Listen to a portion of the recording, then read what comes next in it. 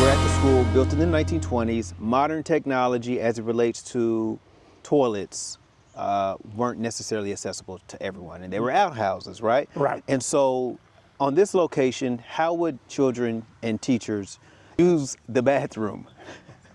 Well, they were outhouses like it was, that was part of the time. Everybody had outhouses at home and here. And so here at Carroll School and if you look on the plan for the Rosenwald plan, you'll see that outhouse design. And so that was a pattern. It's very uniform.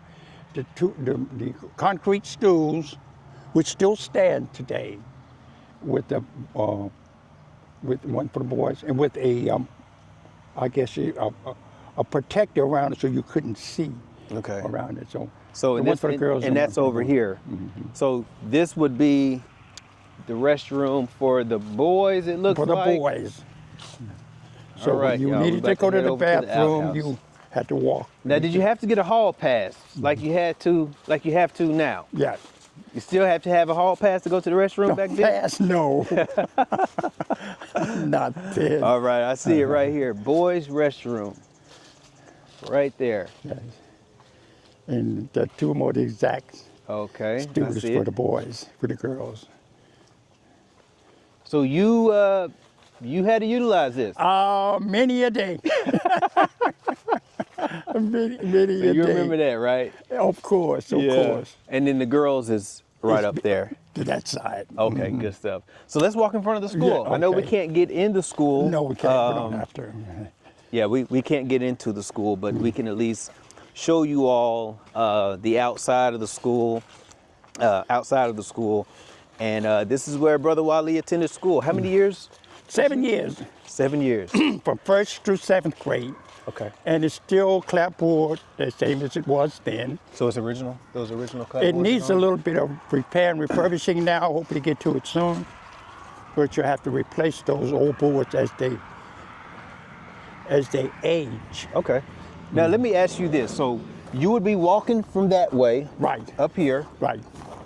And you get to walk these grounds every day if you Every want day. to, right? And so, like, give me how it feels to be continuously walking in those footsteps in which you had as a child, as an adult, and still being able to have access to a place that meant so much to your childhood, such as this. Oh my goodness, words couldn't express how much it means to me, and still does, and that I'm also able to serve a purpose and also, give an understanding to the present day students of that. So I'm considered living history as far as my position here. Yeah.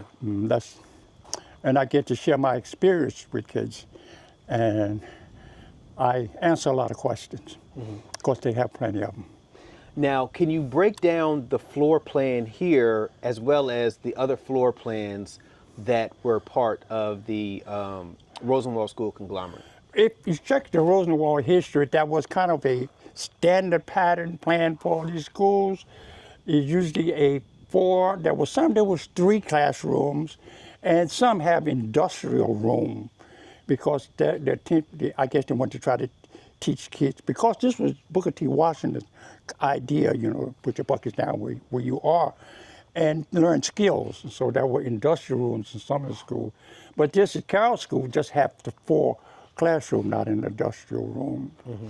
A cloakroom for boys and girls to hang your coats, and a kitchen. They all had to have kitchens too. Okay. So this one, the kitchen is in the center of the room. And of course, the tall windows are because they let in the sunlight.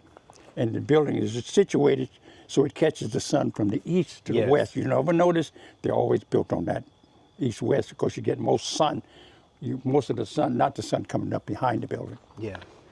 What was a typical day like in school? Like right when you come in, did you start with prayer? Did you do the prayer, Pledge of Allegiance? It's called devotion. Okay. You had devotion. It was called devotion, okay. Pledge of Allegiance, devotion. This is the first thing you did.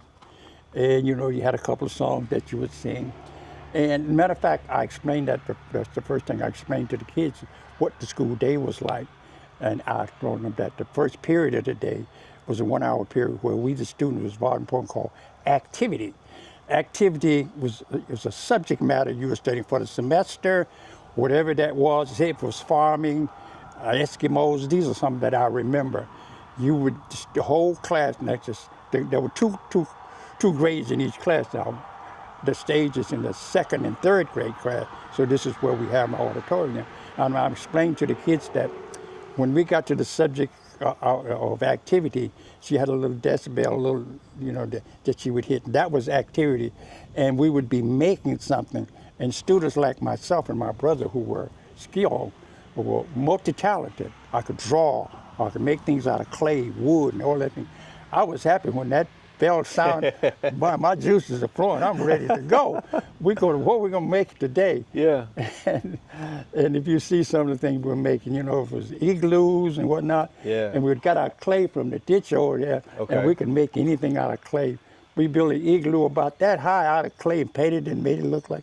Yeah. And I tell the kids, and they love that today. And they said they wish you could be in school and doing what we were doing. You ought to see the kids, and they was excited. I can only imagine. I would sure like to do something like that. How did you do this, Mr. Cathcart? How'd you do it? Yeah, so I can only imagine. Yes. And this school is 4789. What's that, State Route? It's called Marvelous Store Road, but 560? its face is Williamson Road, but its address is listed as Marvelous Store. Okay. And it is on the National Register of Historic Yes. Places. So there's a historical marker that's also here at the school, and that's one of the things that I love doing is stopping in the middle of I'll break in the middle of the street and pull over real quick Just see that. to see historical markers. Right, because So it means so much. well, they're so important. It's the gateway to more comprehensive learning, if you ask me. Absolutely. And so I've been blessed to be a part of a group that's put up 4 historical markers in my hometown, and you were part of the process here at the Carroll School, correct? Right. Okay, tell me what that process was like and what it meant to have this marker up. It meant so much, and to me, it just kind of permeated. It kind of established the the value of what the school is and was, and now that it's on that register, it can take on national promise. And I was very much a part of that. I was standing in front of that. I got interviewed, and also because it was a big day. Yeah. And the sign here says the Carroll School, and people say, when we were going to school, that was not appropriate what you said. We just said Carroll. We said the Carroll. Yeah. Yeah. So And- was there a lot of, or were there a lot of alumni that came out? For that day, Uh-huh. I thought they had a good standard. There's so many of them that are not living nowadays, and we had a pretty good crowd of Okay. alumni, ex-students that went here. They tried to get all they could find. So if you could explain right here, so it says built in 1929 through 1930 for $4,520. So oftentimes a lot of people feel that there was just money that just dropped from the sky and that it was free money. And I know that you mentioned earlier about the formerly enslaved brother that gave to the fund, the matching grant, and other folks obviously did, their due diligence in doing the same. For the community, just to understand how huge it was for these schools to be put in place, what type of accomplishment was that to raise $4,520 back then to say that, hey, this is going to be a permanent fixture in our community? $5 was money back those days. You're talking about $400 it was astronomical to people who were sharecroppers for the most part. They wasn't going to clear any money right now, even when they gathered their crops. So how are they going to have money? But they found a way, and I was told that they would fry fish, whatever. It had that kind of significance, just to have a great school in their community. Education was so important. I don't think it's hard for you to grasp the significance now because things come so easy. But at that time, Yeah. most of the men of my father and those generation hardly had a third grade education. Yeah. And to go here And this building like school served more than just to teaching the children. It was an adult school. And the teachers weren't paid. They would spend their whole time coming out here at night to teach some of their people just the basics of mathematics, reading and writing, and how to add up. That's so was that important. Excellent. Well, that wraps it up here at the Carol Rosenwald School, and we're going to head over to another site.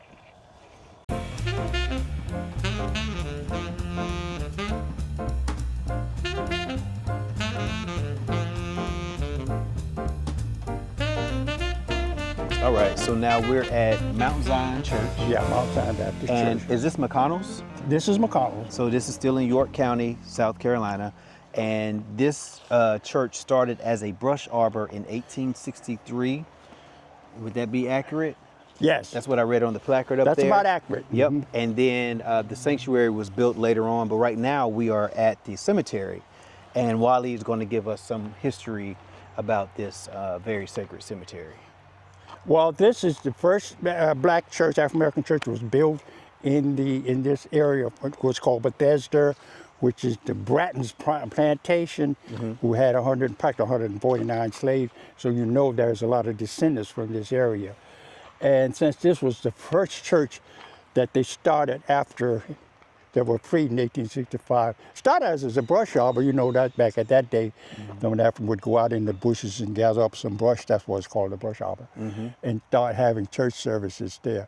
And so this Mount Zion started, and from that they sprang and they built a church here.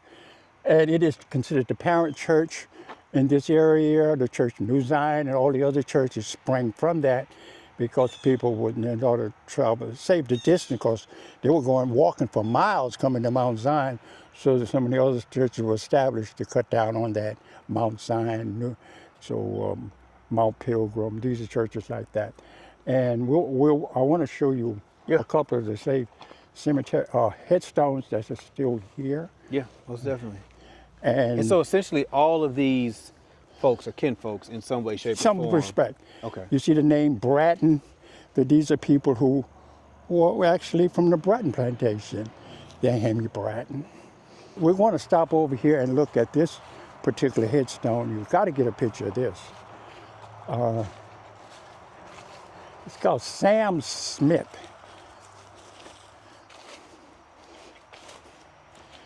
Is this Sam? Samuel Smith.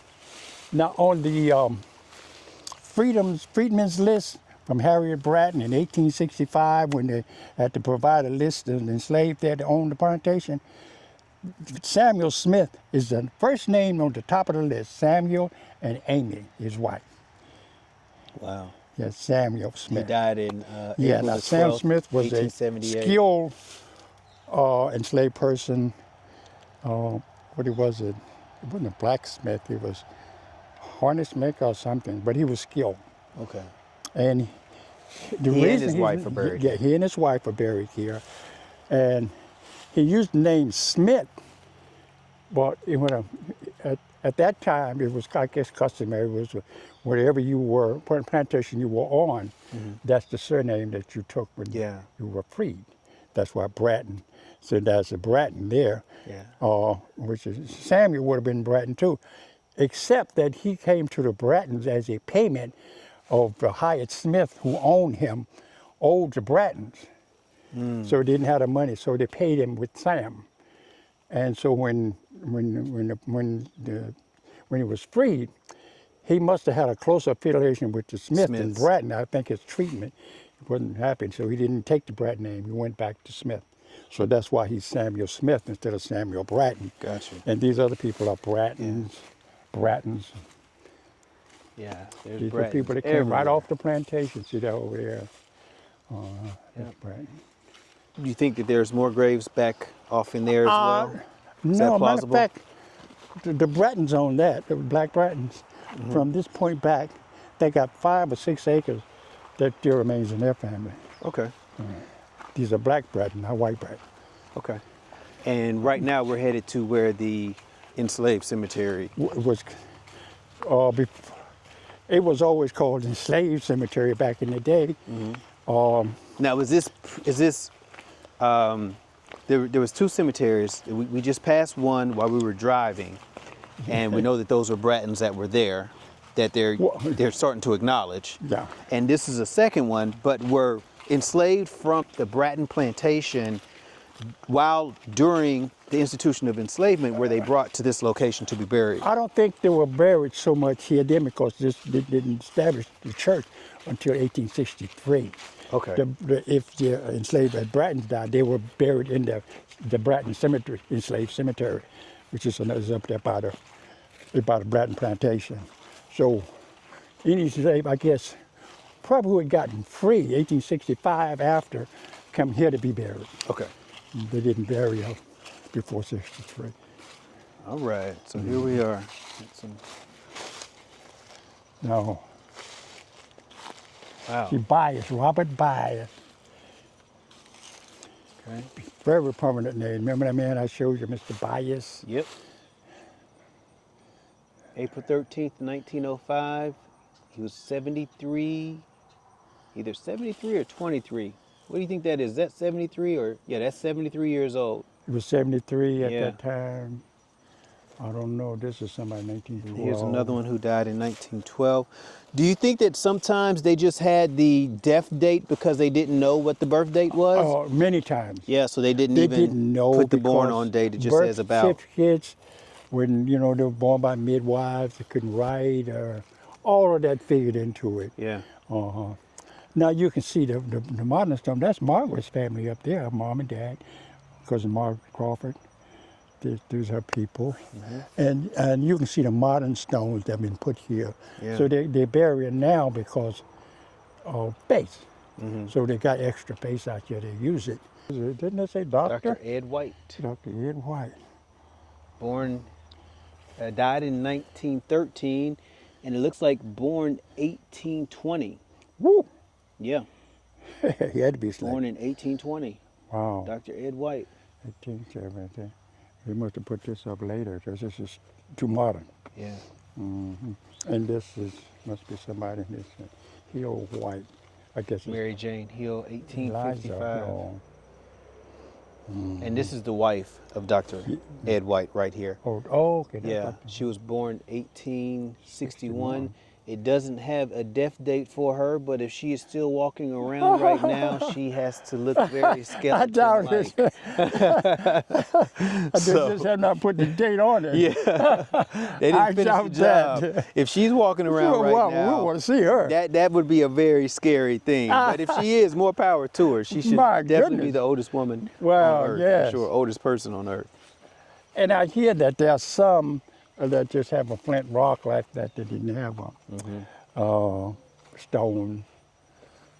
Of course, in the Bratton cemetery up there, that's all you had. There was only one headstone, and that was Watt. Okay. And Bessie This Irby. is Lamar. Died what's that? 1941 Born 1893. is when she passed. Yeah, 1893. Died in 41. Yeah. Bessie Irby, yeah. Irby, I know the Irbys. Are there any, like when they have homecoming here for the church, is the cemetery part of those celebrations? Oh, yeah.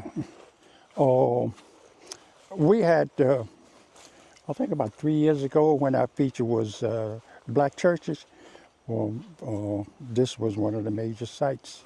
We had choir singing and all of that, visit to the cemetery, singing the old hymn songs. Yeah. It was a good foot stomping time. I know that's right. Now these people are all service people. Yep. U.S. Navy. He was born in 1894, 92, 1889. Gaston family. Davis. Esther Davis Gaston people. and William T. Gaston. Now let's see what they say over here. So we're identifying a lot of individuals who were formerly enslaved or born right at the time of emancipation or immediately Who's the surname on this? after emancipation. These are Davidsons. Davidson. 1864 for Anderson. Just turn this around Davidson. so you all can see it. Oh, God. Korean. I know Garvin. Corianne Davidson, and Silly Garvin. Silly? That's an interesting name, Silly Garvin. Imagine how much that person got picked on. Must have. Oh, my goodness. Silly Garvin. Our time at Mount Zion was amazing, but it was time for us to also shift gears and get to some baseball history at another local Rosenwald school. Second Rosenwald School location, and this is the Crawford Rosenwald School. And Wali's going to let us know about the plan, the history of this school, and his family connection. I don't know just the year it was built, but it's a little older than Carroll. I didn't attend this school. There are 3 schools in the area, and those was New Home. I attended New Home and Carroll School. But Crawford, we competed against this school in sports and, activity. When growing up, playing baseball, there was one of our major competitions, the Crawford School, the Carroll School. Mm-hmm. There's a baseball diamond behind there we have. And so, as you can see, it's not that bad a shape. I'm looking at the clapboard, and the windows could be put back in, the big windows, Rosenwald windows. It's not that bad. I've been here. I'm using it as a community center. Mm-hmm. And so if we could just get some funds together and restore it and, let it serve as a museum, as a historical point in the community, which it does represent. Any Rosenwald school does. Absolutely. In the school. And this was the baseball field here? Behind it, yes. Yep. And so obviously they still played baseball there for, the field is still in good shape. And so obviously this has to bring back memories for you being a former Negro League baseball player. Yeah. Played a mini game on this field. Played a many games, right? Any game in particular that really jogs your memory? Oh, I guess a few. I think we won most of them. There's no one here on the other side to combat that, so we're going to go with it. Yeah, this is where we would come and they had an annual event in the Rosenwald School called Field Day. Yep. And one of the schools would host it each year. And all the other schools anywhere in the vicinity would congregate here, and that would be a great day of activity, picnic, sports events, things like catching a greasy pig. Catching a greasy pig. Greasing a pig and turn you loose to catch him. Oh, man. Oh, it was great. And this place would be jumping, huh? Yeah. See, they went so far and got a little house up there. Sometimes you can have somebody sitting up there calling the game. Yeah. So your road to being a professional baseball player, some of its roots are right Started right here in Carroll School, where you see that cotton field now. Yeah. That was the baseball team. That's where my dreams started. I was playing there, daydreamed that I was going to be playing with the Brooklyn Dodgers someday. Yeah. And coming down here competing, yes. Yeah, most definitely. And so give me the vibe out here, whether it be concession stands and all those types of things. And well, during our time, there wouldn't be people selling for profit. There would be concession, and it wasn't, if you were out here working, you were serving the community. Yeah. And whoever was the ice cream or snow cones, which were very popular then that would be somebody doing that. I don't think they would have soup so much for field day. That was picnic, a big pot of soup. Okay. And people would be crawling with people. Yeah. Yes. That's amazing. Yes, it was a big day. Yeah. As you sit back and you kind of reflect on just life in general, and you're able to go to all these places that really help the foundation be built in your character, oh my goodness, in your extracurricular activities and your love for history. I mean, just to be able to be on this soil, what is that like, man? That is great, right? Because it actually, you're right, it does prepare you and condition your values in life. And I get to share that with kids today in the school, with the kids coming out to Rosenwald School for, learning history by living it. That's the name of the program. And they ask me questions that reflect on them. One of the questions they're concerned about is bullying. and they want to know did we have bullying during our day. I said it was very minor, very little, because there was a hierarchy in the community among us as kids. We didn't box anybody that wasn't our equal. Yeah. Even shooting marble, there was a category. I know if you weren't caught shooting somebody down below you, your peers were chastised. You can't shoot against them. We had I guess your hierarchy and rules among ourselves. Absolutely. So we didn't need adults coming out chastising us. When it was time to choose a size on a bat, we'd walk the handle, and if you lost, you lost. You mean, and I'll win next time. So there wasn't that kind of fighting. But there was occasional fight. You know, there's always going to be among children. Sure, sure. But not what you have today. You all were kind of able to self-govern all of that. Yeah, we would self-govern ourselves. Okay. And the parents give us instructions about not going around open wells or something. If we see a brother or someone, get away from there or tell mom or something. Yeah. And that took care of it. Yes. That's amazing. Yes. And so if we walk over here, and we look, Wali Cathcart coming over from the Carroll School. And you would be right up there, right? Right up there batting. You'll be right up there batting. Right. And when you look out this way, talk to me, man. The outfield. Uh-huh. Back then, I made it professionally as a pitcher. Yeah. Back when I was playing Carroll School. Oh, okay. So I would be. You would be up there on the mound. That's the mound. No, later I got on the mound. Okay. But when I played for Carroll School, I played shortstop. Oh, okay. So you was out there. I wasn't thinking about being a pitcher. I didn't start to be a pitcher until later. Okay. I was playing well off into center line. Okay. Yeah, but I never pitched from this mound because I was going to New Jersey at the time. Okay. When we were playing Crawford School, oh boy, I was at shortstop. Yeah, we were there. My favorite shortstop baseball player was Ozzie. Ozzie Newsome. No, Ozzie Smith. Ozzie Smith. He was one of the best. He was the Cardinals. With the Cardinals, yeah. Yeah. Ozzie Smith, yeah, he's great. He was great. Defensively, he was hard to beat. Yeah. Very good. Most definitely. And I guess I idolized Pee Wee Reese back in the day when Jackie Robinson knew my childhood growing up. He was the shortstop for the Brooklyn Dodgers. Yeah. Jackie Robinson was second base.